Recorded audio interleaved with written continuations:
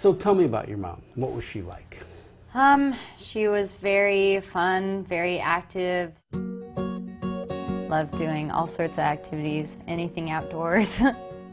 In the truest sense of the word, Sue Crump was a caregiver to her family. She volunteered a lot, volunteered at my elementary school when I was little. To her pets. Biggest passion was her dogs.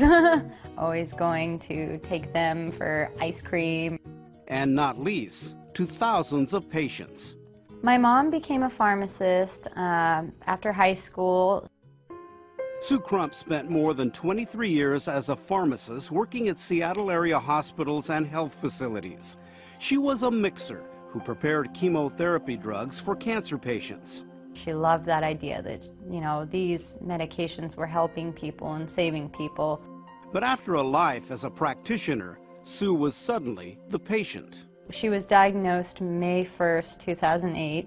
She went in for a CAT scan, and that's when they found the tumor on her pancreas. By the time I was diagnosed, I'd already lost quite a bit of weight. By then, it's incurable. For Sue and her family, the diagnosis was doubly alarming. She was talking to a friend that she worked with in Swedish back in the 70s, and the friend said, "Welcome to the club." And my mom said, "What do you mean by welcome to the club?" And she said, basically listed off all the people my mom worked with at the time had had cancer of some kind. Sue realized that many of those former co-workers had worked with or near chemotherapy drugs. She wondered if the life-saving drug she prepared for years was the cause of her cancer. And just hearing one of my friends after another was coming down with either some very rare, exotic, bizarre disease, brain tumors, sarcoidosis, arrhythmias, or cancer. So as cancer ravaged her body, Sue made two wishes: to see her daughter graduate from college and to share her story. She said, you know, if I can help someone else, you know, my time has been cut short, but if it can prevent anyone else from having to go through what she did in my family, then she wanted to. She wanted people to know. We think of them as medicines, and they're good things, and they help patients, clearly, but they're also toxins, and there's a need for worker protections. Carol Smith is a reporter for Investigate West. She learned of Sue's story from her daughter Chelsea, a journalism student at Western Washington University. Some of my colleagues were up at Western, and we were talking to some journalism students up there, and there was a student in one of those classes who tracked down my editor, Rita Hibbard, in the parking lot. I think I kind of startled her because I was going, "Excuse me, ma'am, I have a story for you?" And she said, "You know, my mom has a story to tell," and so we pursued it from there. As a former medical reporter, Carol already knew some facts about chemotherapy drugs. Well, many of the most common drugs used today, some of the real standards like Cytoxan and so forth, are descended from mustard gas, which was used in World War I, obviously, to kill people. And they realized that these agents actually could kill blood cells. The good part of that was that they could use that to attack cancers. And so that's sort of the genesis of our modern day chemotherapy. But they're hardcore drugs. They're poison. As we know that most of these drugs, or many of them I should say, are carcinogenic, which is this bizarre irony that you're treating cancer with a drug that can cause cancer. Seth Eisenberg is a nurse with the Seattle Cancer Care Alliance. He's also a safety advocate and travels the country advising healthcare workers about safe drug handling. Eisenberg says there are multiple problems with chemo drugs. First, even a small amount is dangerous, a drop or even vapors. We can have contamination. We can have contamination while the nurse is hanging the bag. So bags generally have a part where you pull it off, then you have to put a spike inside the bag. This video from the University of Utah shows how vapors can escape during the mixing process. Second, Eisenberg says when there is a spill, chemo drugs are difficult to clean and don't go away. It may dry up, it may evaporate, it may turn into a powder. It may get tracked on your shoes. You may track it down the hallway. You may track it into the nurse's lounge. You may track it into your car. You may even take it home with you, but it won't go away. Finally, the risk from chemo drugs is long-term. And it'd be like taking a couple drags of a cigarette at a party. You're not going to get lung cancer from that, but we worry about somebody smoking for 20 years. Back in the 70s and 80s, when Sue Crump was mixing, there was little awareness of the risk, and few precautions were taken. They didn't have any specific regulations separating chemo from other mixing. As I recall, we didn't even wear gloves at the time.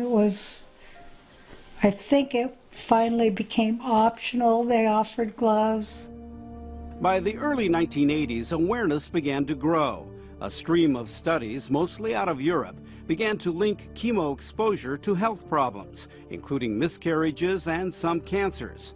Hospitals began to take some safety precautions, like the use of special airflow hoods.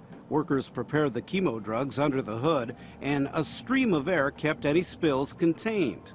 But even the early hoods didn't recognize the risk.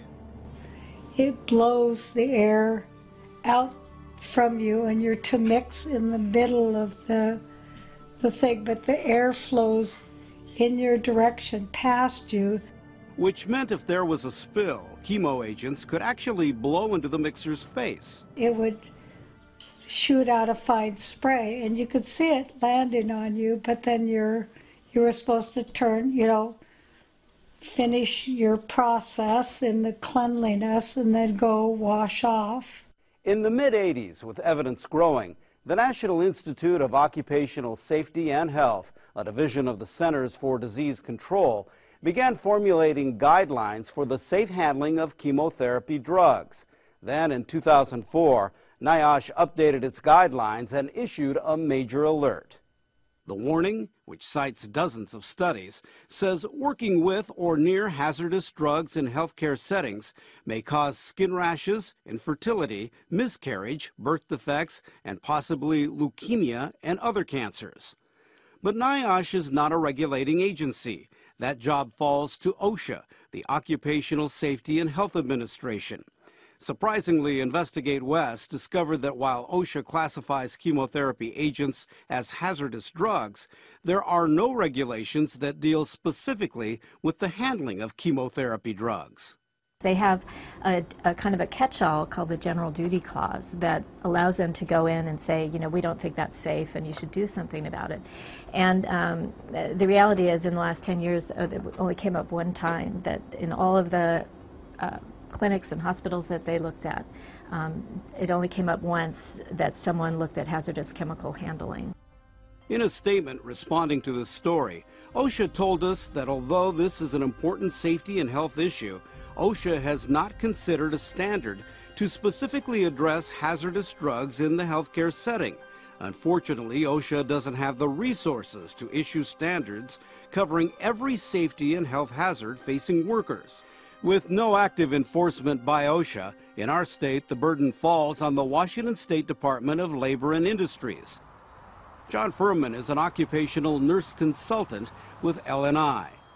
Well, we have a regulation called the Employer Chemical Hazard Communications Standard, and it requires employers to protect employees from exposure to all hazardous chemicals in the workplace, and hazardous drugs are covered under that standard. But Furman admits resources are a challenge. As you know, we don't have enough inspectors to inspect every workplace in the state of Washington every year, and for the most part we respond to complaints from employees when they have a concern in regards to hazards in their workplace. So in most instances, the only time that we are in hospitals is when we receive a complaint. Still, many hospitals are voluntarily following the guidelines established by NIOSH and other organizations. We went to Swedish Medical Center in Seattle, one of the places where Sue Crump once worked. We average about 150 doses a day of chemotherapy. Pharmacy manager John Turey showed us the safety precautions they take every day. Mixers have to wear double gloves because they're having the most exposure, and he's also wearing chemo sleeves. Also using the most advanced airflow hoods, which no longer blow air toward the mixer. So in this actual hood here, which is a vertical flow hood, it has air coming in vertically that goes through what's called a HEPA filter, which filters any particulate matter, even bacteria. Countertops and the outside of the hoods are wiped down each day with anti-chemo cleaning agents. After drugs are mixed, they use needleless connectors on IV bags. It doesn't allow any air to go in or out. So when it's disconnected, there's no chance of aerosolization of this chemotherapy, which could be hazardous if it was inhaled or got on your skin. Turey admits Swedish takes such extensive precautions because it's the right thing to do and because they can afford it. It's expensive to provide this therapy. Swedish has done this as a service to the patients because we know it's the right thing to do, but it's costing us over $150,000 just for this campus to provide that safety. Sue Crump would be pleased to see what she would see today. You know, I mean, we're taking the risk.